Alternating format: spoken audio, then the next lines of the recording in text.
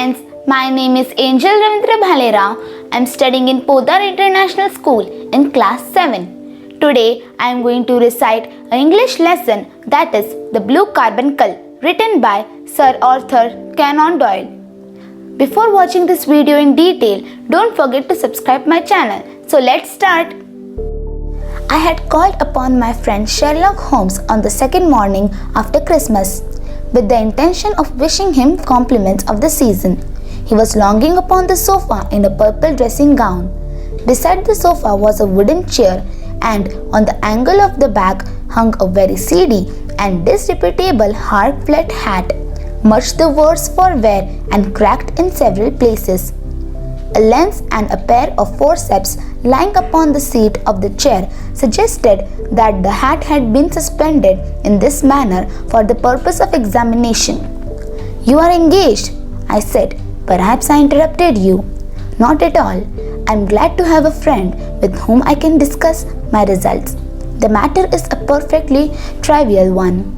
The facts are these.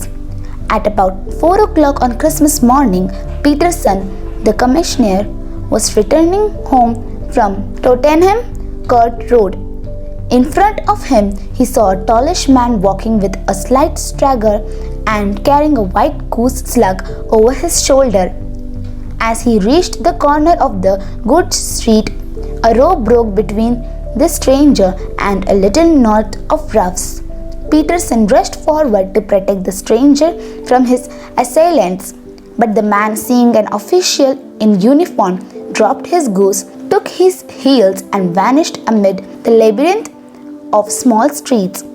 The roughs also fled, so Peterson was left in possession of his battered hat and a most unpitchable Christmas goose, which surely he restored to their owner. My dear fellow, there lies the problem. It is true that for Mrs. Henry Baker was printed upon a small card which was tied to the bird's left leg, and it was also true that the initials HB are legible upon the lining of his hat. But there are hundreds of Henry Baker in his city of ours. What then did Peterson do?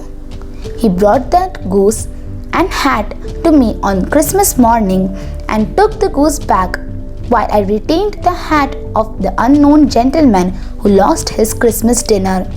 Then what clue could you have as to his identity? Only as much as we can deduce. But you are joking. What can you gather from this old battered flat? That the man was highly intellectual is of course obvious upon the face of it, and also that he was fairly well to do within the last 3 years, although he has now fallen upon evil days. How did you deduce that this man was intellectual? For answer, Holmes clapped the hat upon his head. It settled upon the bridge of his nose. "It is a question of a cubic capacity. A man with so large brain must have something in it," said he. "The decline of his fortunes, then? This hat is 3 years old. This flat trims curled at the edge came in then. It is a hat of a very best quality. If this man could afford to buy so expensive a hat 3 years ago and has had no that since, then he has surely gone down in the world. That he is a man who leads sedentary life, goes out little, is out of training entirely, is middle-aged, has grizzled hair which he has had cut within the last few days and which he anoints with lime cream, or all to be gathered from a close examination of the lower part of the lining, the fluffy brown dust of the house showing that it has been hung up indoors most of the time." "Well, it is very ingenious," I said, laughing. "But since there has been no harm done save the loss of the goose, all this seems to be rather a waste of energy." Just then the door flew open, and Peterson, the commissioner, rushed into the apartment, dashed with astonishment. "The goose, Mr. Holmes! The goose, sir!" he gasped. What of it then? Has it returned to life and flapped off through the kitchen window? See here, sir. See what my wife found in its crop. He held out his hand and displayed upon the center of the palm scintillating blue stone, rather smaller than a bean size, but such purity and radiance that it twinkled like an electric point in the dark hollow of his hand. Sherlock Holmes sat up with a whistle. The Countess of Morcar's blue carbuncle, I blurted. It was lost at Hotel Cosmopolitan. Precisely so. On December 22, just 5 days ago, John Horner, a plumber, was accused of having abstracted it from a lady's jewel case. James Ryder, an attendant at the hotel, gave evidence at the court, but the stone could not be found either upon the accused or in his rooms. You see, Watson, a little deductions have suddenly assumed a much more important and less innocent aspects. We must place an advertisement in all the evening papers. I shall keep the stone, and I say, Peterson, just buy a goose on your way back and leave it here with me, for we must have one to give to this gentleman in place of one which your family is now devouring. Mr. Henry Baker came to see Holmes in the evening. The visitor's appearance confirmed Mr. Holmes' deductions. Mr. Baker gladly expected the newly bought goose and informed us that he was a part of a goose club and had purchased the earlier bird from the Alpha Inn near the museum. We first visited the Alpha Inn and learned from the ruddy-faced landlord that he had got 24 geese from Breckenridge, a salesman in Covent Garden. Now for Mr. Breckenridge, said Holmes, buttoning up his coat as we came out into the frosty air. Remember, Watson, that though we have so homely a thing as a goose at one end of this chain, we have at the other a man who will certainly get 7 years in a jail unless we can establish his innocence. Mr. Breckenridge reluctantly checked his books and named Mrs. Oakshott of Brixton Road as the supplier of the geese that he sold to the Alpha Inn.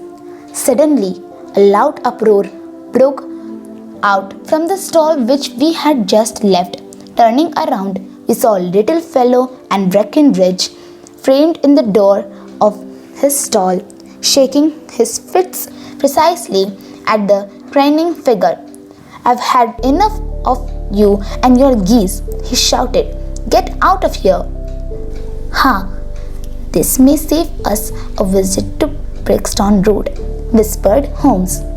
You will excuse me, said Holmes to the man. I think that I could be of assistance of you. Who are you? How could you know anything of this matter? My name is Sherlock Holmes, and I know everything of it.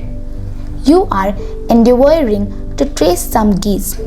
Oh, sir, you are the very man whom I have long met, cried the little fellow with outstretched hand and quivering fingers. But pray, tell me before we go further, who it is that I have the pleasure of assisting? The man hesitated for an instant. My name is John Robinson, he answered with a slight long glance. No, the real name, said Holmes sweetly. A flush sprang to the white cheeks of the stranger. Well then, he said, my real name is James Ryder. Pray step into the cabin. I shall soon be able to tell you everything which you will wish to know. In half an hour, we were back in the sitting room at Baker Street. Holmes unlocked his strong box and held up the blue carbuncle. Ryder stood glaring with a drawn face, uncertain whether to claim or to disown it. The game is up, Ryder, said Holmes quietly. I have almost all the proofs which I could possibly need, so there is a little which you need to tell me. How did you know of this blue stone of the Countess of Morcars? It was Catherine Cossack who told me of it, said he in a crackling voice. I see, her ladyship's waiting maid. It seems to me, Ryder, that there is the making of a very pretty villain in you. You knew that this man, Horner the plumber, had been concerned in some such matter before, that the suspicion will rest readily upon him. What did you do then? You and Cossack made some small job in the lady's room and managed that he should be the man sent for. Then,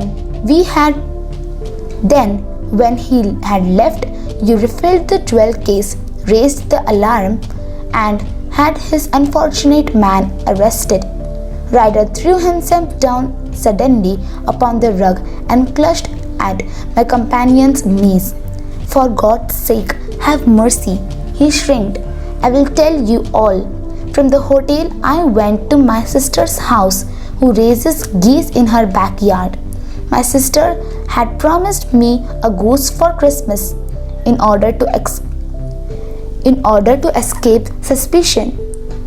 I thrust the stone down the throat of one white goose with a barred tail. Later, when I cut open the identified goose, the stone was not there. I went back to my sister's place, but she had sold the rest of geese to the salesman after keeping one for herself. Unfortunately for me, there were 2 barred-tailed geese in the lot. I will leave the country, sir. Then the charge against Horner will break down. There was a long silence, broken only by his heavy breathing and by measured tapping of Sherlock Holmes' fingertips upon the edge of the table. No more words. Get out. What, sir? Oh, heaven bless you. I suppose that I am committing a felony, but it is just possible that I am saving a soul. This fellow will not go wrong again. He is too terribly frightened. Send him to jail now, and you make him a jailbird for life. Besides, it is the season of forgiveness, said Holmes after Ryder left the room.